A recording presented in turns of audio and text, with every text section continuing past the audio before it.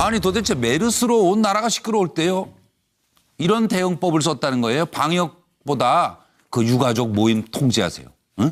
그 자꾸 몰려다니면서 시끄럽게 하지 않도록 잘 통제하세요. 이게 MBN이 확인한 당시 청와대 수석 비서관 회의록에 남아있다는 겁니다. 왜 유가족 동향 감시를 했다고 보세요. 살려야 한다더니 박근혜 정부의 기막힌 지시를 제가 정리해 드리겠습니다. 살려야 한다. 말로는 살려야 한다. 세월호 때도 살려야 한다. 왜 구명조끼 좀 입히지? 네? 살려야 한다. 그래놓고 2015년 5월 메르스 첫 환자가 발생하고 6개월간 16,693명이 격리됐으며 186명의 환자가 발생했고 38명이 사망한 정말 엄청난 사태였습니다. 확진자 발생 6일 뒤에야 문영표 당시 보건복지부 장관이 대면 보고를 할 수 있었다는 거예요. 정말 용안 뵙기가 이렇게 멀고 어려워서야 세월호 당일에 보고된 게 다행이다 싶을 정도예요, 지금. 살려야 한다는 누가 붙여놓은 거예요, 지금. 이것도 또 이상하네, 진짜. 살려야 한다. 그래 놓고. 감염병 희생자 유가족이라는 점에서 모임화 자체가 부적절하다. 이런 얘기를 청와대 수석비서관에서 했다는 얘기예요. 그리고 국가대상 손배소 추진 그 모니터링 잘해가지고 대응 방향을 검토하세요. 그리고 지나치게 정부 관심 보이지 마세요. 삼가세요. 네. 그다음에 박근혜 대통령 휴일 행보 이거 아주 특히 동적 이미지를 강화되도록 하세요. 그래가지고 환자들이 있는 서울대 병원을 방문해서 아주 동적으로 바삐 움직이는 대통령 모습을 잘 알리세요. 온라인상에 대통령 표면 내용이 있으면은 반드시 찾아내서 위반 경우에 의법 조치하세요. 유가족 동향에 특히 관심 가진 이유는 뭘까요? 국민 동요를 막기 위해서? 정부 상대로 소송을 걸까 봐? 정부 이미지 걱정 때문에 세월호처럼 될까 봐? 들어보실까요? 우리 눈에 보이지 않는 바이러스가 지금 이렇게 우리를 괴롭히고 있는데 이렇게 하면은 얼씬도 못할 것 같아요. 그래서 사실 이런 손 씻기라든가 또는 또 몇 가지 건강 그 습관을 잘만 실천하면 메르스 같은 거는 무서워할 필요가 전혀 없다고 생각합니다. 이번 메르스는 말하자면 중동에서 그 중동식 독감이라고 할 수가 있는데 우리로서는 이제 처음 그 독감 종류지만 겪어다 보니까 좀 당황스럽기도 하고 처음 겪는 거라서 조금 혼란스러웠습니다. 그러나 이제 그 우리 학생 여러분들이 평소에 음식 골고루 먹고 또 운동도 열심히 하고 또 생활 주변도 이렇게 깨끗하게 관리하는 이런 그 좋은 습관을 몸에 붙이면은 이런 그 전염병들은 얼씬할 수가 없다고 생각을 해요. 메르스와 같은 신종 감염병은 초기 대응이 매우 중요한데 전파력에 대한 판단과 접촉자 확인, 예방 홍보와 의료인들에 대한 신고 안내 등 초기 대응에 미흡한 점이 있었습니다. 그래서 더 이상 이 메르스가 확대되지 않도록 어떤 완전한 그 격리 방안에 대해서 우리가 좀 진지하게 오늘 논의를 하고 또 그 병원이나 또 거기에 관리자들을 어떻게 조금이라도 접촉이 있었다 할 때에는 그 확실하게 차단을 하느냐 이런 문제도 우리가 좀 논의를 해보고 또 그 결과를 국민들에게 정확하게 알리고 홍보를 해야 하겠습니다. 네, 이것도 늘 짧은 논평 그러나 아주 의미 있는 논평을 주시는 노영희 변호사로부터 시작합니다. 네.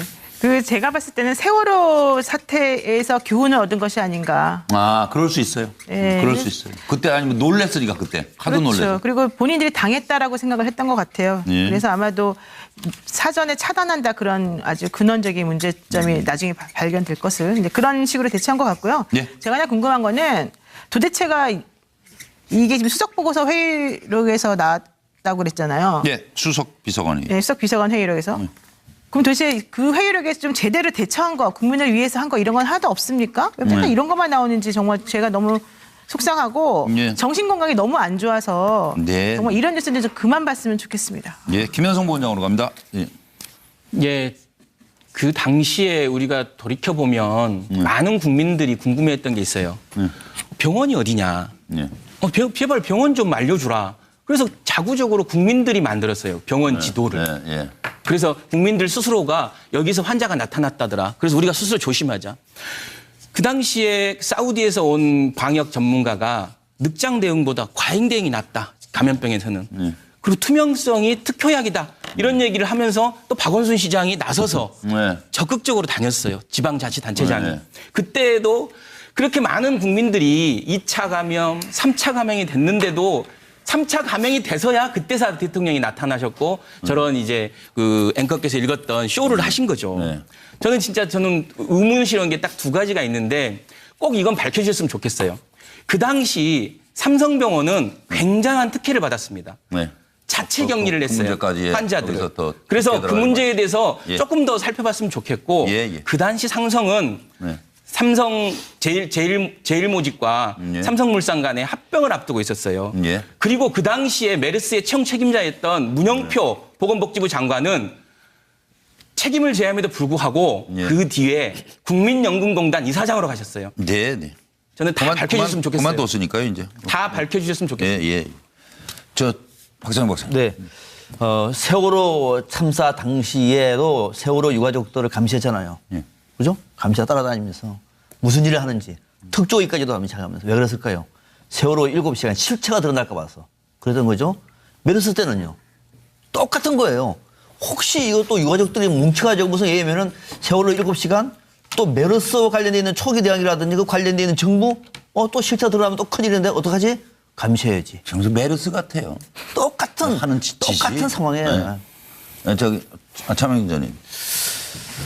하인리 법칙이라고 있어요. 네. 어떤 큰 참사가 나타나려면은 그 전에 100여 개의 작은 사건이 나타났고 또 그 전에 900개의 아주 단서들이 보인다 그러는데 저는 이때 메르스 사건 때 박근혜 정권은 무능 때문에 상당히 무너지겠다라는 생각을 했어요. 사실은 정말로 이 메르스 사건 나고 그야말로 문영표 장관이 정말로 우왕좌왕하고 박근혜 대통령은 정말로 현장에 직접 가보는데 2주가 걸리고 이러면서 병은 계속 퍼져나가고 우리나라 이 소위 말하면 이 관료 시스템 자체가 박근혜 정부 하에서는 정말로 엉망이었다. 왜냐하면 대통령 중심제잖아요. 근데 대통령이 뭐 용언을 뵐 수가 없고 연락이 안 되는 거니까 전 김기춘 실장이 너무하신 거 아닌가 하는 생각이 계속 들어요. 그러니까 이제 박근혜 전 대통령은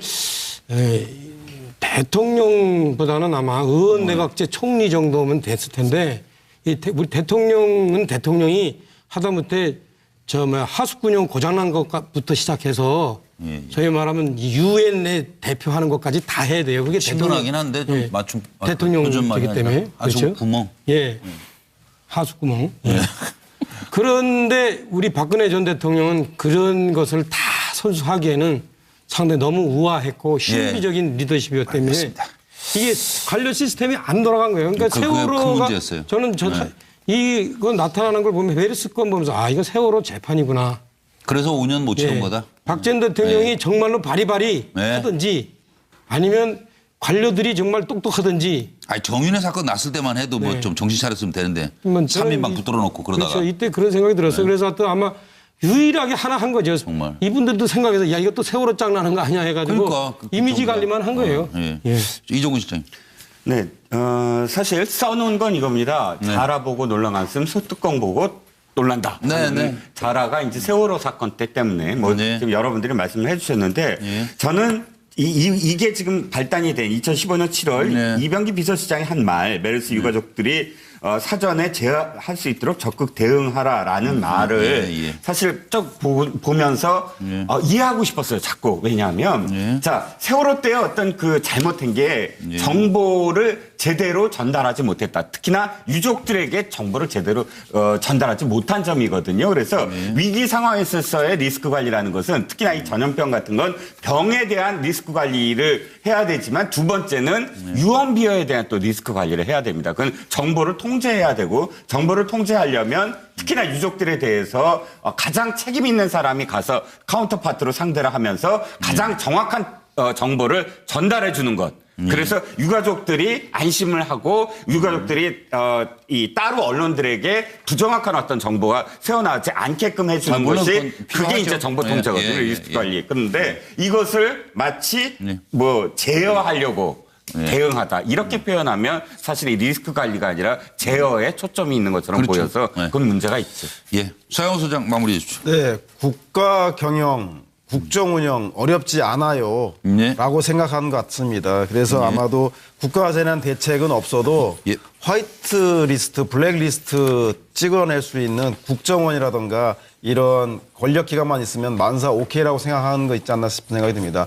박근혜 전 대통령은 국가를 운영할, 국정을 운영할 의지도 능력도 없었다는 생각이 듭니다. 그렇기 때문에 세월호에 302명이 사망했고 메르스에서 182명의 사상자 중에서 32명이 사망했고 AI 파동, 지진 그리고 끝끝내는 국정농단 사건으로 인해서 괴멸되지 않나 싶은 생각이 듭니다. 불행한 국민의 선택은 불행한 결과를 낳는다는 것, 이 역사의 교훈 잊지 말아야 될 것 같다는 생각이 듭니다. 네.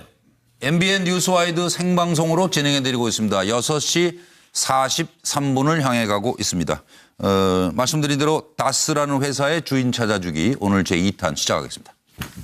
이 건강 그 습관을 잘만 실천하면 메르스 같은 거는 무서워할 필요가 전혀 없다고 생각합니다. 이번 메르스는 말하자면 중동에서 그 중동식 독감이라고 할 수가 있는데 우리로서는 이제 처음 그 독감 종류지만 겪어다 보니까 좀 당황스럽기도 하고 처음 겪는 거라서 조금 혼란스러웠습니다. 그러나 이제 그 우리 학생 여러분들이 평소에 음식 골고루 먹고 또 운동도 열심히 하고 또 생활 아니 도대체 메르스로 온 나라가 시끄러울 때요. 이런 대응법을 썼다는 거예요. 방역보다 그 유가족 모임 통제하세요. 응?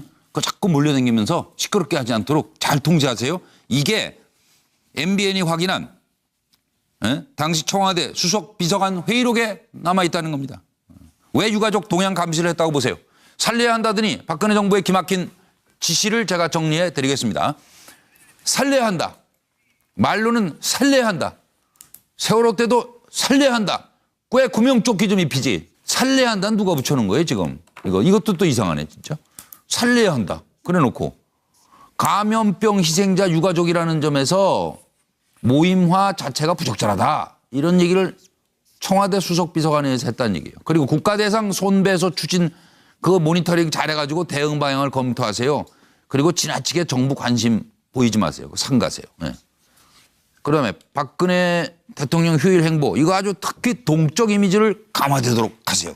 그래가지고 환자들이 있는 서울대 병원을 방문해서 아주 동적으로 살려야 한다. 그래놓고 2015년 5월 메르스 첫 환자가 발생하고 6개월간 16,693명이 격리됐으며 186명의 환자가 발생했고 38명이 사망한 정말 엄청난 사태였습니다. 확진자 발생 6일 뒤에야 문영표 당시 보건복지부 장관이 대면 보고를 할 수 있었다는 거예요. 정말 용안 뵙기가 이렇게 멀고 어려워서야 세월호 당일에 보고된 게 다행이다 싶을 정도예요 지금. 움직이는 대통령 모습을 잘 알리세요. 온라인상에 대통령 표면 내용이 있으면 반드시 찾아내서 위반 경우에 의법 조치하세요. 유가족 동향에 특히 관심 가진 이유는 뭘까요? 국민 동요를 막기 위해서? 정부 상대로 소송을 걸까 봐? 정부 이미지 걱정 때문에 세월호처럼 될까 봐? 들어보실까요? 우리 눈에 보이지 않는 바이러스가 지금 이렇게 우리를 괴롭히고 있는데 이렇게 하면은 얼씬도 못할 것 같아요. 그래서 사실 이런 그 손 씻기라든가 또는 또 몇 가지